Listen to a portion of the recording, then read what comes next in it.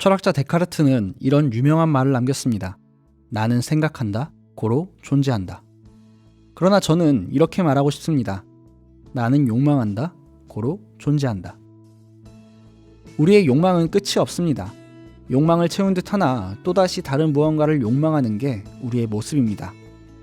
생각보다 욕망이 앞서고 무한한 욕망에 대한 핑계를 대고자 생각이란 것을 합니다. 그렇다면 우린 도대체 무엇을 욕망하는 걸까요? 아니, 욕망이란 무엇일까요?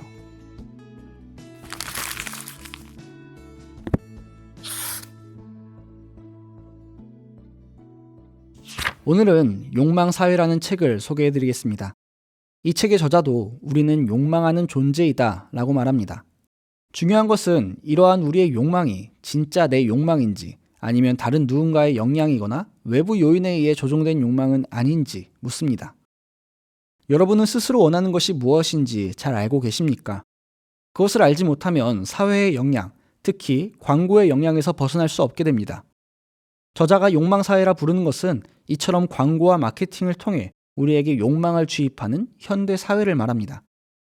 욕망사회는 욕망을 중심으로 움직이고 이러한 욕망은 우리를 무한한 경쟁의 세계로 몰입하게 만든다고 경고합니다.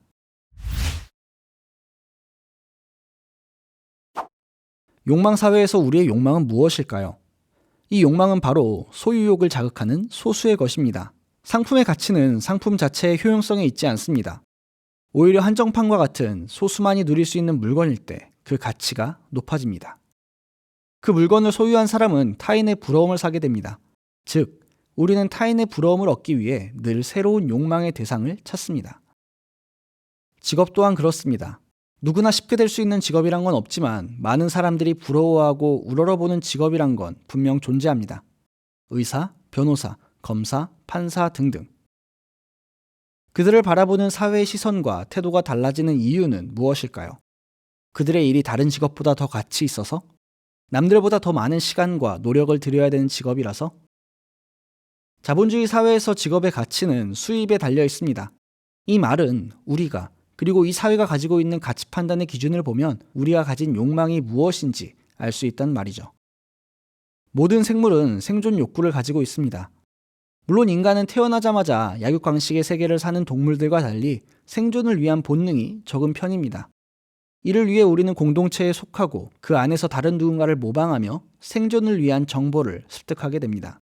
이렇게 인간은 먹고 마시는 생리적인 욕구와 위협으로부터의 보호, 삶의 기본적인 필요를 채우며 이 세상을 살아가게 됩니다. 그러나 이러한 필요 외에도 다른 종류의 필요가 충족되어야 하는데 바로 타인의 인정입니다.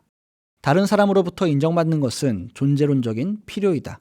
실제로 우린 다른 이와의 접촉과 인정을 통해 생존에 대한 이유와 확신을 얻기도 합니다.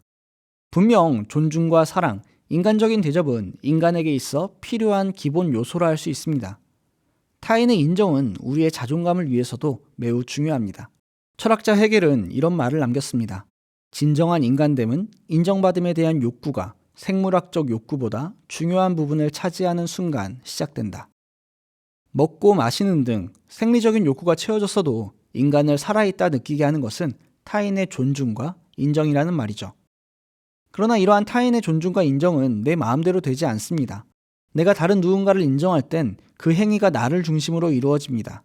반면 내가 인정받고자 할 때 나는 인정의 대상이 됩니다. 인정받고자 하는 욕망의 주체는 나이지만 그 욕망 때문에 주체성을 빼앗긴 객체가 되는 것입니다. 이처럼 타인에게 인정받고자 하는 나의 욕망은 어려움에 직면하게 됩니다. 타인이 자유로운 존재이기 때문이죠. 이게 우리가 살아가는 현실입니다.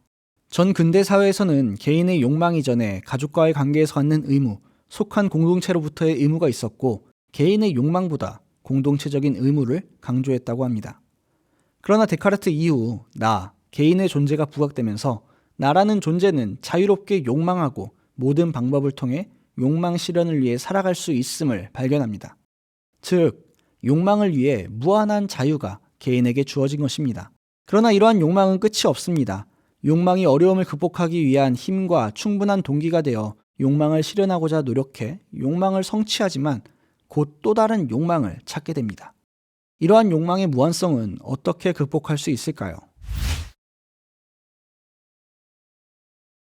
막스 베버의 프로테스탄티즘의 윤리와 자본주의 정신이 보여준 것처럼 초기 자본주의 문화는 열심히 일하고 절제된 삶을 사는 것이었습니다.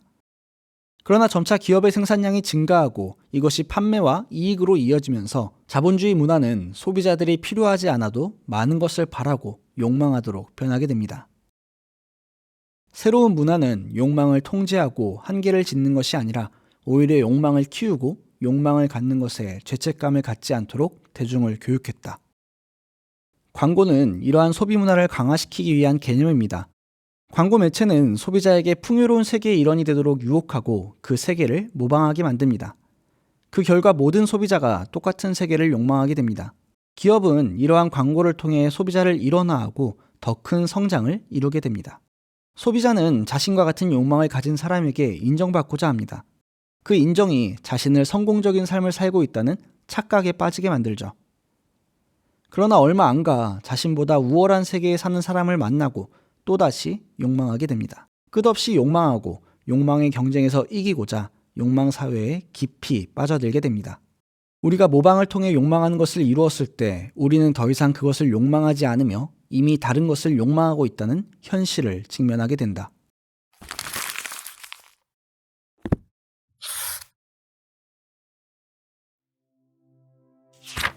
이 책은 우리의 모습을 적나라하게 보여주고 있습니다. 우리의 욕망은 끝이 없습니다. 분명 다른 사람의 인정이 우리의 건강한 자존감을 위해 필요하지만 그 인정이 무엇을 향한 것인지 돌아보아야 합니다. 다른 사람이 나의 무엇을 보고 인정하는지 말입니다. 물론 우리 스스로도 다른 사람을 그렇게 보아야 합니다. 욕망 사회는 우리가 끝없이 무언가를 욕망하고 소비하게 합니다. 그것들을 통해 사람들로부터 인정받을 수 있고 성공할 수 있다고 말합니다. 그러나 정말 그럴까요? 이 책이 말하듯 그리고 우리가 실제로 경험하듯 끝없는 욕망의 경쟁을 살아가진 않으십니까?